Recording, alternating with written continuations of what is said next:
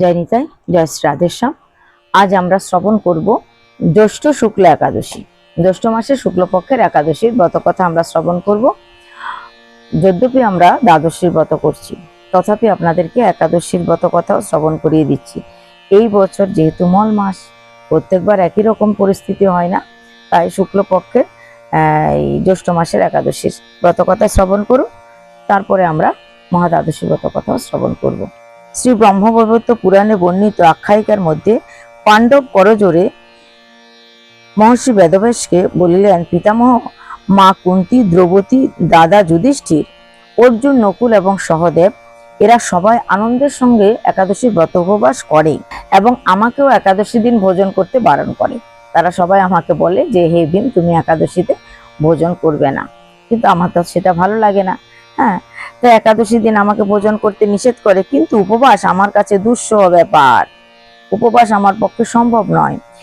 দান বা কেশবের অর্চনা করিয়া একাদশী ব্রত সম্পূর্ণ হয় কিনা কৃপা করিয়া বলুন।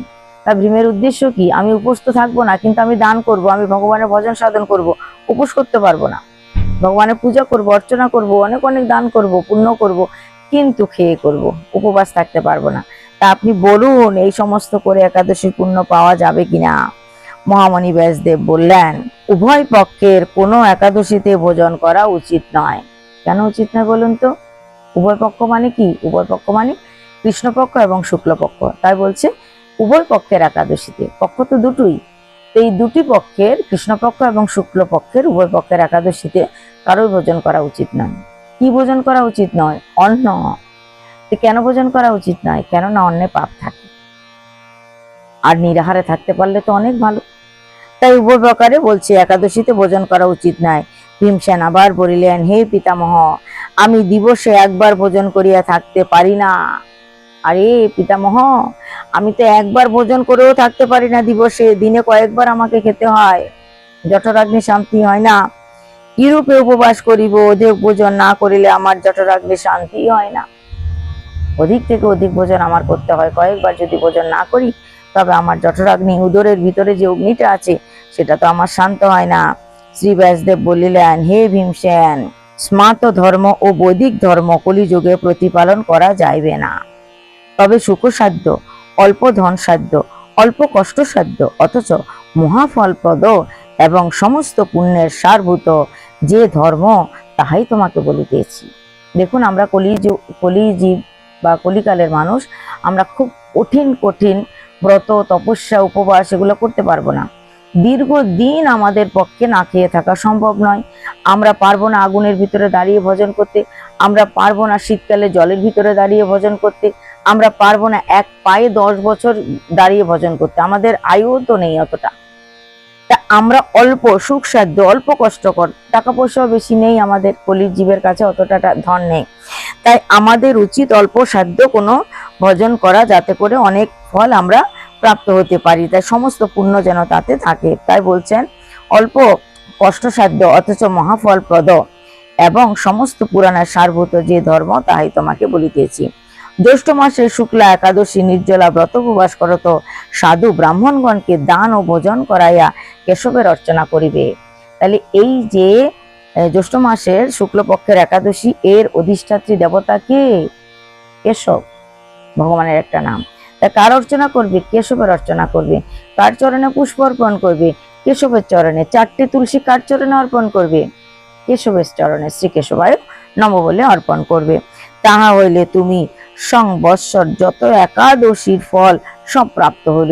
এক বছরের যতগুলো একাদশী, এক বছরে কয়টা একাদশী? 24টা একাদশী। এক বছরে 24টা একাদশীর ফল তুমি সব পেয়ে যাবে, যদি ঠিক নিয়ম অনুযায়ী এটা পালন করো। তাই আমরা অবশ্যই এই একাদশীর দিন আমরা 4টে করে তুলসী ভগবানের শ্রীচরণে অর্পণ করব। কোন ভগবানের? ভগবান শ্রীকৃষ্ণের শ্রীচরণে। তিনি আরো বলিলেন, স্বয়ং শ্রীকৃষ্ণ আমায় বলিয়াছেন যে, একাদশীতে উপবাস থাকিয়া আমার শরণাপন্ন হইলে আমি তাহাকে সর্ব অভীষ্ট দান করি। তাহলে ভগবান কত কৃপালু, বলছে একাদশী দিন যদি উপবাস থেকে ভগবানকে দান করা যায়, তবে তিনি সর্ব অভীষ্ট পূরণ করেন। কলিযুগে দ্রব্য শুদ্ধি, কাল শুদ্ধি হইতে পারে না। এই কলিকালটা এমনই কাল, দ্রব্যর কোনো শুদ্ধতা নাই, খাঁটি ঘি কোথায় পাবেন? খাঁটি কাঠ মিলা ভার, খাঁটি ব্রাহ্মণ বিনা ভার, খাঁটি মন্ত্র উচ্চারণ করার মতো শক্তি কারো নেই। তা এই ধরনের অনেকগুলা দোষযুক্ত কাল হচ্ছে কলিকাল। কোন রকমের শুদ্ধতার অভাব, সুচিতার অভাব, পবিত্রতার অভাব। তাই কাল শুদ্ধি, দ্রব্য শুদ্ধি এই কলিযুগে হইতে পারে না। এমনকি স্মৃতিপ্রোক্ত ও বৈদিক সংস্কার কোনোটাই সম্ভব নয়। স্মৃতিও কমে গেছে এই কলির জীবের। বেদের শুদ্ধ মন্ত্রগুলো উচ্চারণ করে শুদ্ধভাবে মনে রাখার ক্ষমতাও লোপ পেয়ে গেছে। তাই বলছে স্মৃতিপ্রোক্ত ও বৈদিক সংস্কার কোনোটাই সম্ভব নয়। বৈদিক সংস্কার এখন অনেকেই, বেশিরভাগ কেউ পালন করেন না। সুতরাং কলিযুগে উভয় পক্ষের একাদশীতে উপবাস ব্রতের দ্বারা শ্রী কেশবের আরাধনায় শ্রেষ্ঠ কর্তব্য। অতএব যাতে আমরা অন্যগুলা পারবো না, তাহলে আমাদের কি কর্তব্য বলছে, এই একাদশীর দিন ব্রত উপবাস করে আমরা কেশবের অর্চনা করাটাই হচ্ছে আমাদের অবশ্যই শ্রেষ্ঠ কর্তব্য। অতএব তুমি এই জ্যৈষ্ঠ শুক্লা একাদশীতে উপবাস ব্রত অনুষ্ঠান করো, তোমার সকল ভয় ও সংশয় দূরীভূত হইবে এবং পরবর্তী একাদশী পালনে উদ্যমী হইবে। তাই ব্যাসদেব ভীমসেনকে একটা আশার আলো দেখালেন। বছরে একটা থাকলে সব পুণ্য পাবে, আর দ্বিতীয়ত একটুখানি সাহস দিলেন যে তুমি এই একাদশীটা করো। একাদশী যদি একটা করতে পারো, তবে তোমার একবার একাদশী একটা করে ফেলতে পারলে দ্বিতীয় একাদশী করাটা সাহস পাবে। আর এটা তো মনে করবে ব্রত করেছি, মরি তো নেই, তাহলে পরেরটা থাকলেও মরবো না। মনের উপরে অনেকটাই আমাদের উপবাসের যে ক্ষমতা সেটা নির্ভর করে। আমি যদি সংকল্প নিই না, আমি যে কোনো প্রকারে ভগবানের নাম জপ করে ভগবানের সেবা অর্চনা করতে করতে আমি একাদশী নির্জলা থেকে যেতে পারবো, তা আমার মনটা যদি সেটা চাই তবে অবশ্যই পারবো। কিন্তু মন থেকে যদি কেউ দুর্বল হয়ে যায় তাহলে কি করে পারবে? ভীমসেন তো মন থেকে দুর্বল হয়ে গেছে। সে ভেবেই নিয়েছে আমি দিনে একবার আহার করে থাকতেই পারি না, তাহলে একাদশী ব্রত কি করে করব? মন থেকে হেরে গেছে। তো যে মন থেকে হেরে যায় সে তো ব্রত করতেই পারে না। তাই ভীমসেনকে সাহস যোগাচ্ছেন। তাই বলছেন যদি তুমি একাদশী করো, পরবর্তীতে আবার একাদশী করার জন্য উদ্যমী হবে। এই একাদশী ব্রতের ফলে স্ত্রী পুরুষ সকলেরই সুমেরু তুল্য পাপ রাশি অনায়াসে দগ্ধ হইয়া যায়। সুমেরু তুল্য, সুমেরু পর্বত হচ্ছে পৃথিবীর সব থেকে বড় দীর্ঘতম পর্বত। তা সুমেরু পর্বতের মতো যদি পাপ রাশি তোমার হয়ে থাকে, সব দগ্ধ হয়ে যাবে এবং পরিশেষে পরম শান্তি লাভ করবে। সামর্থ্য অনুসারে বিবিধ দানের ফলও অক্ষয় হয়। তাই এই একাদশী দিনে যদি তোমার যেরকম সামর্থ্য, সেই সামর্থ্য অনুযায়ী তুমি বিভিন্ন বস্তু দান করো, সে দানের ফল অক্ষয় হবে। তৃপ্তি লাভ হয়। একাদশীতে অন্ন ভোজন করিলে পাপ ভোজন করা হয়। এই কারণে একাদশীতে অন্ন ভোজন করতে নেই। একাদশীতে অন্ন ভোজন করা মানেই হচ্ছে পাপ ভোজন করা। পাপ ভোজন করা হয় আর কি হবে বলছে, অধপতন হয় এবং মরণান্তে চরম দুর্গতি হয়। মৃত্যুর পর আমরা চরম দুর্গতি ভোগ করি। ভগবান জিজ্ঞেস করবে একাদশী ব্রত করনি কেন? আমি নিয়ম দিয়েছি, সংবিধানে লিখেছি একাদশী ব্রত করার কথা, তুমি কেন করনি? জিজ্ঞাসা করা হবে, যমদূতরা জিজ্ঞেস করবে। তাই মৃত্যুর পর চরম দুর্গতি ভোগ করতে হয়। এই একাদশী হরিবাসরে রজনী জাগরণ করত, হরি পরায়ণ হইয়া ভক্তিশাস্ত্র পাঠ, হরিনাম গুণ মহিমা কীর্তন করা অবশ্য কর্তব্য। তাই কেবল একাদশী করলে হবে না, একাদশী করে কি করতে হবে? ভক্তিশাস্ত্র পাঠ। এখন পাঠ করতে পারো আর না পারো, শ্রবণ তো করতে পারো। সবার কাছে মোবাইল আছে, অনেকক্ষণ ধরে মোবাইল নিয়ে নাড়াচাড়া করে প্রত্যেকে। তাই মোবাইলের ভিতরে অনেক হরিনাম, অনেক ধরনের ভাগবত কথা আলোচনা করা যায়। তাই অবশ্যই আপনারা এই একাদশী হরিবাসরে রাত্রি জাগরণ করো, তো হরিপরায়ণ হইয়া ভক্তি শাস্ত্র পাঠ, হরিনাম গুণ মহিমা কীর্তন করা কর্তব্য। পরদিন দ্বাদশীতে যথাসাধ্য শ্রীকৃষ্ণের ভোগ রাখ, অন্তে ভক্ত সেবা করত, তাদের অধরামৃত গ্রহণ করা মঙ্গলদায়ক। শ্রীকৃষ্ণের সুখের নির্মিত যথাবিধি পূজা করত, প্রার্থনা করিবে দেব দেব ঋষিকেশ সংসার নব্য তারণ। ভগবান ব্যাসদেব শ্রী ভীমসেনকে এই একাদশীতে উদ্বুদ্ধ করাইয়াছিলেন বলিয়া এই একাদশীর নাম পাণ্ডব একাদশী। জয় নিতাই, জয় শ্রী রাধেশ্যাম। জুন মাসের 26 তারিখ হচ্ছে পক্ষবর্ধিনী মহাদ্বাদশী। তাই আসুন আমরা পক্ষবর্ধিনী মহাদ্বাদশীর ব্রত পালন করি এবং তার ব্রত কথা শুনি। পক্ষবর্ধিনী ব্রত, যেই মাসে পক্ষবর্ধিনী হয় সেই মাসের নাম অনুসারে ভগবানকে পঞ্চামৃত দ্বারা স্নানাদি করত, বস্ত্রাদি অর্ঘ্য অর্পণ করিয়া এই মন্ত্রে পূজা করিবে। তাহলে কি করতে হবে? ভগবানকে ওই দিনে বলছে ভগবানকে স্নান করাতে হবে। কি দিয়ে? পঞ্চামৃত দিবে, দুধ, দই, ঘি, মধু, চিনি, এই পঞ্চামৃত দিয়ে স্নান করাবে এবং বস্ত্র অর্পণ করবে, নতুন বস্ত্র অর্পণ করবে। আর কি করবে? পূজা করার সময় যখন ঠাকুরকে পূজা করবে মন্ত্র বলবে, অর্থাৎ তুলসী পত্র একজোড়া অন্তত তুলসী নিয়ে গোবিন্দের চরণে দেবে আর এই মন্ত্র বলবে। কি বলবে? শ্রীপদ্মনাভায় নম, যোগ মুহূর্তেই নম, নৃসিংহায় নম, জ্ঞান প্রদায় নম, বিশ্বনাথায় নম, শ্রীধরায় নম, শ্রী কৌস্তকণ্ঠায় নম, ক্ষত্রান্তকায় নম, বোম মুহূর্তায় নম, সর্বরূপিণী নম, বিদ্যারূপিণী নম।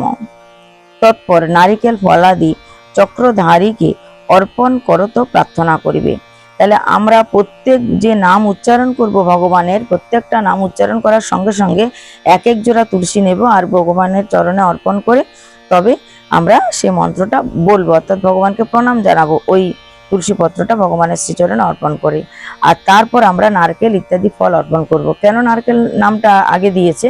কেননা এই তিথিতে নারকেলের বিশেষ মহিমা, তাই অন্যান্য ফলের সঙ্গে সম্ভব হয় নারকেলটা অবশ্যই প্রদান করুন। তাকে চক্রধারী নারায়ণকে, ভগবানের নারায়ণের পূজা হচ্ছে, ভগবানের নারায়ণের পূজা করুন। সংসার নবপতয় পাপ কক্ষা মহালন, নরক্লানি প্রশমন, জন্ম মৃত্যু জরাপহ, মামুদয় জগন্নাথ পতিতং ভবসাগরে, গৃহান্নর্ঘ মায়া দত্তং পদ্মনাভ নবস্তুতে। অর্থাৎ হে সংসার জলধীর পোত স্বরূপ, হে পাতক তৃণ দাহকারিণী, হে নরকালন দমন, হে জন্ম মরণ জরা অপহরণকারী, হে জগন্নাথ ভবসাগরে পতিত আমাকে উদ্ধার করুন। হে পদ্মনাভ আমার দত্ত এই অর্ঘ্য গ্রহণ করুন, আপনাকে নমস্কার। যে যেই বস্তু আমরা ভগবানকে অর্পণ করছি সেই সমস্ত বস্তু নৈবেদ্য ভগবানকে অর্পণ করে আমরা এভাবে করুণভাবে প্রার্থনা করব, হে প্রভু জন্ম মরণ অপহরণকারী জগন্নাথ পতিত পাবন, তো নরকাসুরকেও দমন করেছেন আপনি, বিভিন্নভাবে স্তুতি করে আমরা পদ্মনাভ বলে তাকে স্তুতি করে তাকে অর্ঘ্য প্রদান করব এবং তাকে প্রণাম করব। নৈবেদ্য আদি প্রদয়ানি ঘৃত পক্কানি চক্রেণী ফলা সমু জ্ঞানী সাধুনি রসবন্তী চ। এইভাবে ভগবানের আমরা পূজা অর্চনা করব। ভগবানের পূজা অর্চনা করে বিধি অনুযায়ী তারপর যার যার সাধ্য মতো আমরা কি করব? নিত্য গীতাদি করব, পূজা অর্চনা করব, ভক্তিশাস্ত্র পাঠ করব এবং ভগবানের আরতি দর্শন করে আমরা হরিনাম সংকীর্তনের মাধ্যমে সারা রাত্রি জাগরণ করে পরদিন আমরা দ্বাদশীর বা মহা দ্বাদশীর ব্রত উপবাস আমরা ভঙ্গ করব, অর্থাৎ আমরা পালন করব। তো এই আমরা শুনলাম পক্ষবর্ধিনী মহা দ্বাদশীর ব্রত কথা। তো শুক্রবার হচ্ছে ব্রত আর শনিবার হচ্ছে 9:26 মধ্যে পালন। আপনারা ব্রত করবেন। অনেকে গুলিয়ে ফেলেন যে একাদশী দ্বাদশী দুটো পড়েছে কোন দিন করব। অবশ্যই আমরা ব্রত করব, তবে সেটা মহা দ্বাদশী ব্রত শুক্রবার দ্বাদশী করব আর ত্রয়োদশীর দিন অর্থাৎ 27 তারিখ শনিবার 9:26 ভিতরে আমরা পালন করব। অবশ্যই আপনারা এই মহা দ্বাদশী ব্রত পালন করুন, ভগবানের সাধন ভজন করুন, হরিনাম করুন।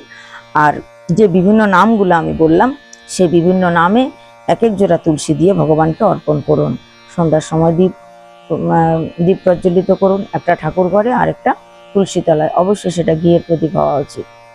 উত্তরমুখী করে কিংবা পূর্বমুখী করে দীপ প্রজ্বলিত করুন আর তুলসী মাতাকে পরিক্রমা করুন। এইভাবে যদি আমরা একাদশী বা মহা দ্বাদশীর ব্রত পালন করি ভগবান শ্রীহরি অত্যন্ত প্রসন্ন হবেন এবং আমাদের সমস্ত পাপ সমস্ত অপরাধ ক্ষমা করে দিয়ে তিনি আমাদের কৃপা করবেন। জয় নিতাই, জয় শ্রী রাধেশ্যাম।